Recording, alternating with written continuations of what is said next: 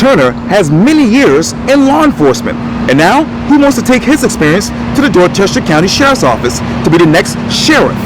I sit down exclusively with Mike for this edition of Quintin's Close-Ups. And if you haven't already, subscribe to my YouTube channel and like Quintin's Close-Ups on Facebook. Mike Turner, welcome to Quintin's Close-Ups. Thank you for having me. I appreciate it. You're very welcome. Obviously, you are in your current position as a public safety director for the Citadel. Yes, sir. And now you're also a candidate for Dorchester County Sheriff. Yes. And you will be facing off against current Sheriff L.C. Knight tomorrow. Correct. And I reached out to him for an interview, but I haven't heard back yet. But I know that obviously on your website you said this quote, "It's time for my opponent to stop hiding from his record." What's his record and what's yours, Mike? Well, he's a 3-term incumbent, and quite frankly, I'm not sure what he's done. During the course of my campaign, which is centered around community-oriented policing and actually getting the deputies into the communities, which is a good thing to interact with the citizens and build that trust-based relationship.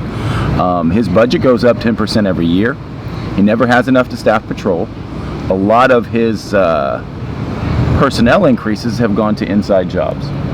And you know as well as I do that it's expensive to train and equip a law enforcement officer. And the best place for them to be is in the communities, solving problems, interacting with the citizens, and building those trust-based relationships. Most of the deputies he has are actually in office jobs. This past Saturday,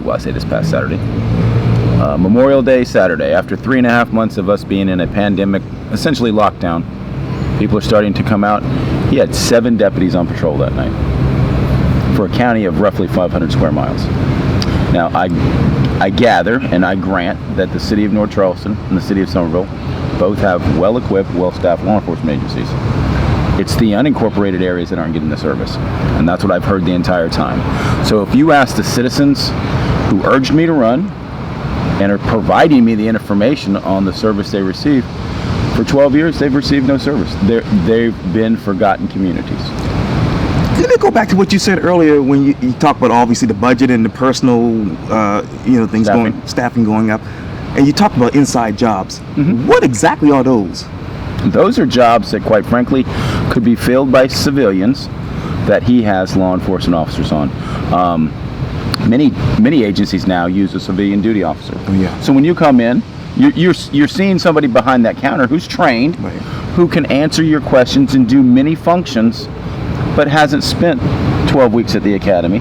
The intensive training, the additional costs, salary-wise and benefits-wise, they're a civilian duty officer. There's many of those positions that can be filled that aren't. There are other training positions that you have senior officers in that some of those things can be done by civilians or retirees who, instead of going back into the law enforcement side of it, will actually come in as a civilian trainer. They're already retired. So you can use that because you're not paying the additional fringe, the additional retirement. So there's there's many positions inside that those deputies really need to be doing patrol work. How many deputies are actually on the streets in Dorchester County? He will tell you somewhere between 12 and 13.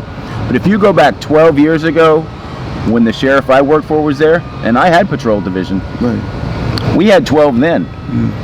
His personnel has almost doubled since then. His budget goes up 10% a year.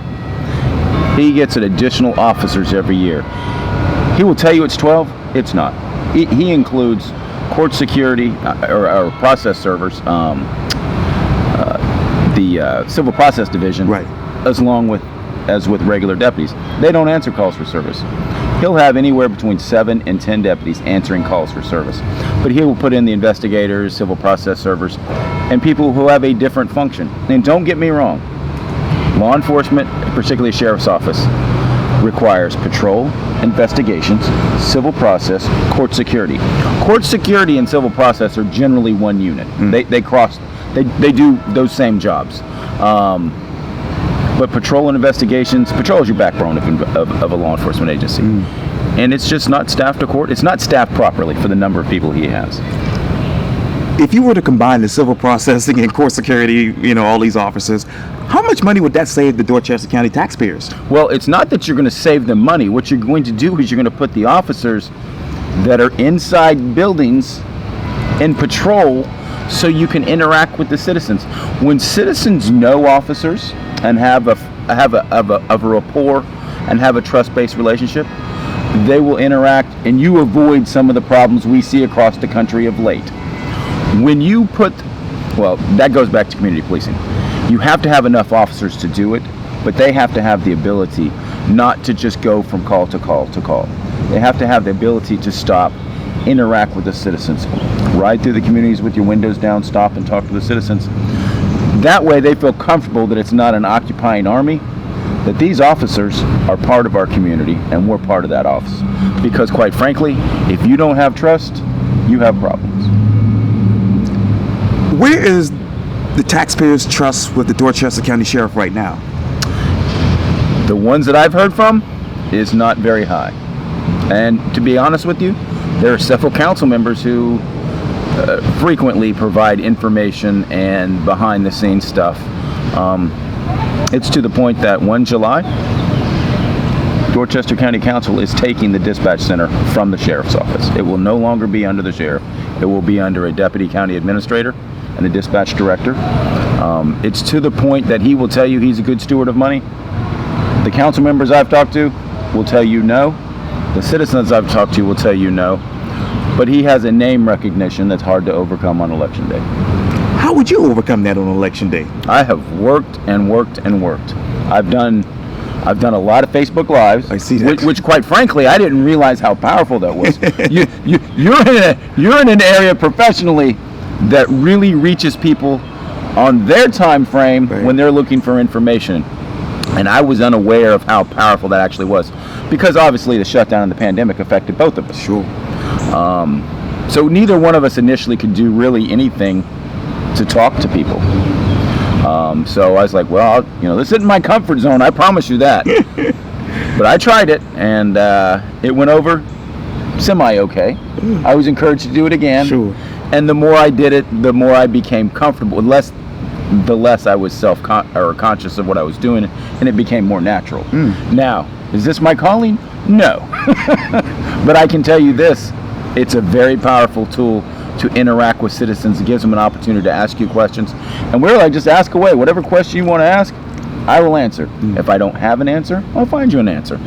So I have told them, the supporters of my campaign, if I am elected, we'll do this every 2 weeks. You'll get an update from the office. What's going on, what's changed, what's happened, what's a concern, what are the crime trends, what can you expect from your sheriff's office. But more importantly, ask those questions. Now, that's not going to take the place of the ability to actually come and meet with the sheriff. That's always, you meet with the citizens. Most people don't realize the citizens are the elected official's boss. So when your boss comes to see you, what do? You sit down and have that conversation. Sometimes it's a good conversation. Sometimes it's not a good conversation because the boss isn't satisfied with what you're doing. But you always have time for those who you actually serve. You talk about those crime trends. What exactly are those right now in Dorchester County? Well, across the country, since the 1980s, violent crime has gone down across the board, across the country. But unfortunately, for segments of society, violent crime will continue to spike. Some of it's related to illegal drug activity. Some of it's a combination of illegal drug activity, gang activity. Some of it is just basic criminality. Somebody's a thief and they don't mind using force, taking something. So there's a combination of why, but he touts that crime rates are down. Well, they're down across the country. They're not down because of his policing model, because his policing model is reactive. It's 50, 60 years old. Does not give the citizens good satisfaction with their law enforcement. And because of that style of law enforcement, you have these spikes in crime. And he tries to tell people that, no, we don't have these spikes in crime. But when you actually pull the stats, you look at it, you do. And I realize that the population's gotten more dense, but his budget's gone up, his manpower's gone up accordingly. But the effort to reduce crime, detect crime, and prevent it is not there. What manpower would you use to stop illegal drugs from coming into Dorchester County? Well, that's the thing. Some of it is, do you really prevent it or do you deter it? And when I say that, I will give you an example. Okay. You're a local Charlestonian, right? You remember back when Chief Greenberg was here? Sure. I just posted a picture of him on Facebook just the other day. I was a young police officer in Somerville, and it would be funny because CPD would do an effort. It didn't matter what the effort was, and regardless of what kind of crime they were trying to impact or reduce, it would push it out of the city. So it was like a wave. It would push it out of the city. It'd go into the unincorporated of Charleston County. Sheriff Cannon would start pushing it. Next thing you know, it's in Somerville and Goose Creek and Dorchester County and Hanahan, because preventing crime because of the human nature is almost impossible. There's only one person who can prevent that. That's the good Lord. But my point is we have people who take shortcuts all the time, which impact others. So we're going to have crime. But in a community where you can push it out, and don't get me wrong, the adjoining counties, jurisdictions don't really love you when you do it, because suddenly you're getting somebody else's problems. Sure. But the reality is if you prevent it and you can detect it early enough, you can move it from your community. And that's what happens a lot. It's the jurisdictions that have the manpower kind of push it into the unincorporated areas. Okay. And suddenly the unincorporated areas overrun with meth labs, illegal distribution of drugs, and the crime that comes with people protecting their drug turf. So how do you protect it? You know as well as I do, we live in an addicted society. It doesn't matter if it's guns, alcohol, gambling, take your pick. People have their vices. What you do for the citizens, though, is you try to protect them as best you can, that the crime that goes with it doesn't impact their quality of life. And that's difficult. That's a 24-hour job. Yeah, I was going to say, and let me ask you this. Those unincorporated areas in Dorchester County, where's the crime right now there? Take your pick. Up county, there's a lot of property crime, a lot of theft, a lot of illegal drug manufacturing that goes on up there. I've heard from many people up there. They're like, my neighbor's house got some strange chemical smells. Well, you never had strange chemical smells before until this person moves in. You know, people will say, well, what do you think it is? Well, what does it smell like? And they'd start to describe it, and you realize someone is over there manufacturing methamphetamines. And they just don't feel they're getting the responsiveness from the sheriff's office. Some of them actually believe it's just being ignored to protect his crime stats. Can I say that's true? No, but I can tell you what I was told. Literally told by citizens standing on their front porch. So you have those in the incorporated areas. You have a lot of four-wheelers being stolen, like a yard trailer, that kind of stuff. Boats, take your pick. Heavy equipment, if it's left on a trailer and that trailer isn't disabled so you can't take it, it's just gone. And they just don't feel that they're getting the response from the sheriff. Now, as you come down county in the unincorporated areas, you have the normal property crimes anytime you have a dense neighborhood with a lot of people. But you also have some of that violent crime going on. But there's a lot of burglaries. And the closer you get to Ashley Phosphate, oh yes, a lot of those neighborhoods just flat like, look, the speeders through my neighborhood, somebody's going to get hit. So there's no one tipping point for their frustration. Okay. It's across the board. So I just don't believe that many of the citizens feel that they're getting their tax dollars worth. So they say that most of these problems are being ignored. Is this all political? Not for my part. I'm just telling you, I'm relating to you what I was told, that they literally will call and the deputy will not respond. And it's about to rain again. It's about to rain again, so let me a little shelter. Shelter, thank God. But what exactly will you do as sheriff? Most important, well, I can tell you this. I will be a uniformed sheriff.